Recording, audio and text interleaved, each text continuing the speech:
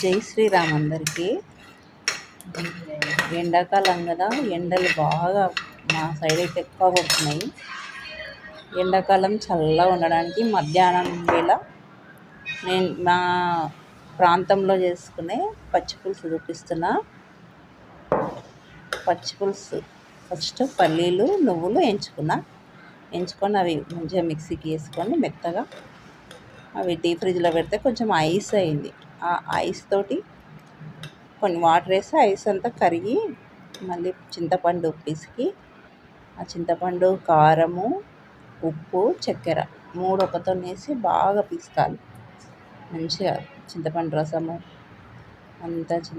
అంతా వేసి కొన్ని వాటర్ వేసి బాగా పిసకాలి.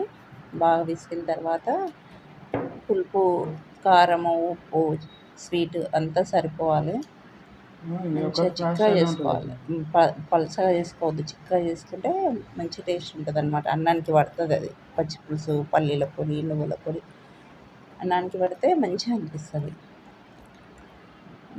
అంత మంచిగా వండుకొని మిక్సీకి కూడా వేసుకోవచ్చు, కానీ ఇది స్పెషల్ అన్నమాట. ఇట్లా వండుకొని తింటేనే బాగుంటుంది.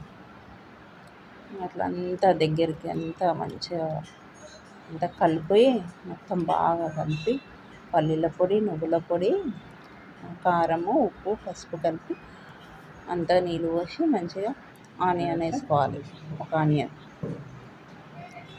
ఆనియన్ వేసి ఇప్పుడు పోపు పెట్టుకోవాలి. అంతే, చాలా బాగుంటుంది. చల్లగా ఉంటుంది కడుపులో తిన్నాక. మంచిగా ఎండ బాగా మధ్యాహ్నం పూట తింటే, రాత్రి తింటే సర్ది అవుతుంది. ఇది మధ్యాహ్నం ఒకటే పూట చాలా బాగుంటుంది టేస్ట్. ఒక్క స్పూన్ మస్తు అయిపోతుంది, ఒక మనిషి ఒక స్పూన్ అంతే. చాలా బాగుంటుంది పచ్చిపులుసు. మా ప్రాంతంలో అయితే ఎక్కువ తింటారు. మా ఇంట్లో అయితే ఎండాకాలం వచ్చిందంటే ఫస్ట్ ఏం చేయమంటారు.